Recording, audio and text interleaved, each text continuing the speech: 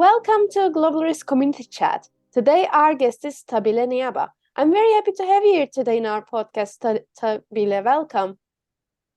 Thank you very much, Ajay, and thanks for having me here. So before we get into our topic, can you briefly introduce yourself to our audience? So I am Thabile Nyaba. I am the Chief Risk Officer at Old Mutual Insure, responsible for governance, risk and compliance, business resilience and combined assurance. Over and above that, I am the President of the Institute of Risk Management, South Africa, and mostly I am a mother, a wife, daughter, sister, and a friend. Sounds great. So what topic will you be sharing with us today? So today I will be talking about risk leadership in times of uncertainty. Yeah, sounds good. So with that being said, then jump right into it. So what would be some key things when it comes to this topic? Thanks, Ajay. So it is very clear that complexity, volatility, and uncertainty is here to stay. There's so much that has happened, so much that is currently happening and still going to happen that's actually going to impact the people.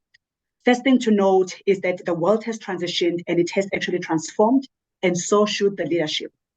I really believe that there are some leadership narratives that might no longer be relevant in the new era, and we need to replace that with the new and the relevant ones. For instance, the one that I was thinking about is that there is this narrative that says people don't leave their organizations, but they leave the leaders.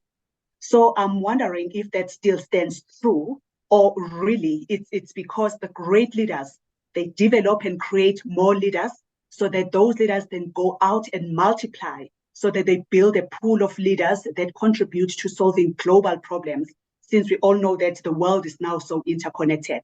But that is a conversation for another day. But that is one of the narratives that I've just been thinking about of late.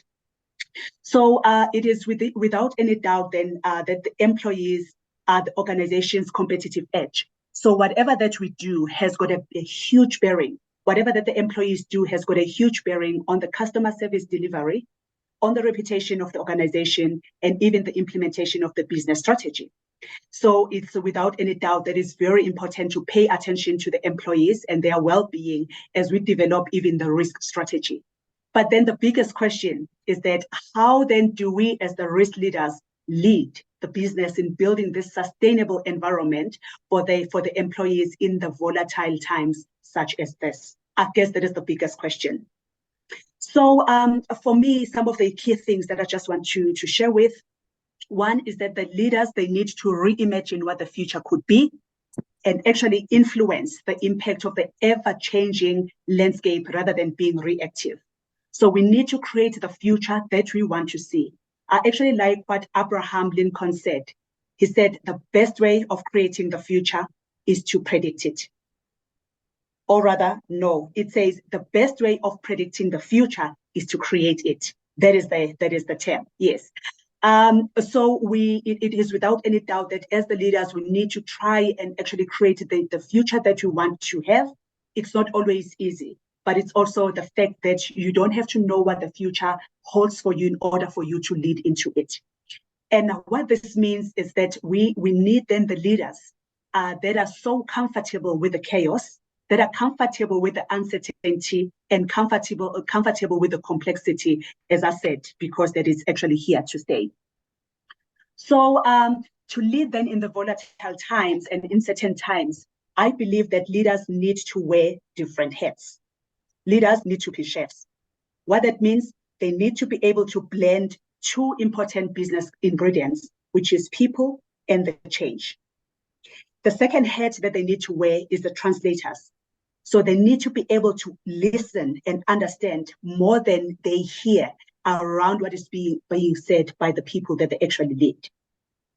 The third hat is that of the explorers. What that means is that leaders need to be able to embrace the unknown with courage and curiosity. And then the second last hat is that one of the futurist. So they need to be able to consider multiple scenarios and think through new possibilities with empathy, but more importantly, they need to be wearing the last hat, which is the change agent. And that is the leader that actually champions the change by being more agile, by being more adaptive, and actually more empowering with care. They need to be able to lead with both a head and heart. That is what I believe the leaders of today will be needing. And in order to do this, because it's quite a lot, it's like, oh my gosh, how do I go about wearing all these sorts of hats? I then believe that the leaders need to have high emotional, social, and cultural intelligence in order for them to navigate through this landscape. Actually, AJ, I even go to an extent of saying, before you could even be a leader, you need to be able to first lead yourself. You should be able to connect the dots. You should be able to have this personal mastery and personal development, which I believe is the greatest investment any leader could actually do to themselves. Before you lead other people, you first need to be able to lead yourself. Like I said, the greatest of the leaders are the ones that create more leaders, and those leaders need to be successful and also very effective. So I've got no doubt that, when I talk about being able to lead yourself as well as the leader, it means that you need to be able to spend more time on the balcony instead of spending time on the dance floor, so that you actually have got this holistic and the full perspective of what is happening in and around you and around the people that you actually that you lead. And we need to be able to to then build your own physical and the mental wellness. It's also it's such a big challenge, but it's also fascinating. I use the term. It's very fascinating to be a leader, because whatever that it is that you do as a leader, trust what your people that you are leading actually start to actually do exactly what you are doing. So it's one thing to say, I think my people should be doing this, and then you do something differently. You need to actually earn the trust from your people that you lead, that you actually walking the talk. Before you ask them to do something, you should also be able to do that first, because it's not more about what you're saying that matters. It's actually what you are actually doing.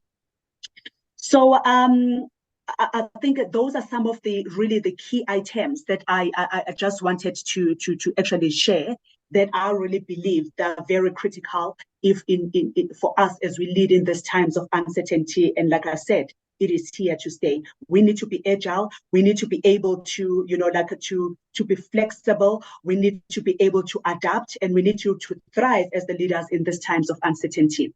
Actually, as the last one, which is also my favorite one around the leadership, is that I personally, as a leader, I always say that I lead from different angles.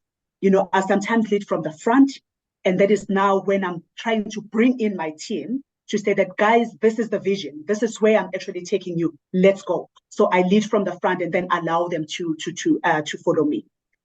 Sometimes I lead from the side.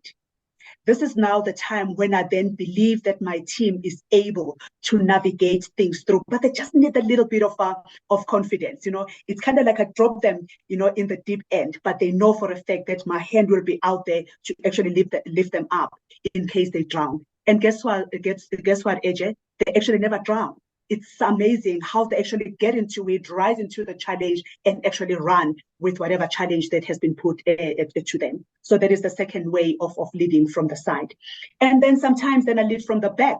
This is now when I really capitalize on the strengths of my team. I know that somebody is really great on this. They need to just go and lead, and I follow. I sometimes become a follower. Allow them to lead with their strengths and with their passion, and then they just know that I'm there to back them up. I'm there to support them, but they're actually at the forefront. So I really think in order for us to lead in these uncertain times, we need to be agile enough to be able to know, how should I lead now? What season am I in as a leader? And which leadership styles should actually be using? Because some of the leadership styles that we used to have, BC, which is before COVID, are kind of like, they have been tested now. They are actually questioned now. And then there's a new kind of like way, or maybe I don't want to say new as if everything that used to happen before is no longer relevant, but they are kind of like emerging trends of leadership that we all need to be, that we all need to embrace. And then lastly, because this is one topic I'm really passionate about, I always say, to the leaders, show me your team and I will tell you what sort of a leader you are. That is basically what I wanted to share today with you, AJ. Yes, sounds great. I think you also shared a lot of different angles of being a good leader with different hats, or taking different positions as well. So I think that it gives a lot of key aspects, important tips to leaders or aspiring leaders to do things differently, perhaps, or in a better, more agile, flexible way. I have one last question, if you can shortly answer. So if you were to give some takeaway to these leaders, these aspiring leaders, on something they can implement right away. So they go to work tomorrow, they just do one thing. What would that be? Firstly, just establish what the strengths of your team is. It is so powerful to know what their strengths are and capitalize on their strengths. It makes you being a leader much, much easier. And it makes the people that you lead feel like they are part of the process. It gives them that ownership. It's one of the things that has worked so well for me. Know for each and every person that you are leading, what is their strengths. It helps a great deal. Sounds good. So hopefully our audience will be implementing, if they are the leaders within their organizations or teams, these steps for with change on the pace of leadership and management as well. And with that being said, we have unfortunately run out of our time. So I want to thank you so much for joining us today, sharing this topic, and your insights in general of being a good leader, being a strategic leader. And yeah, thank you. Thank you very much. Thank you. Have a great day. You must also have a fantabulous day. Take care.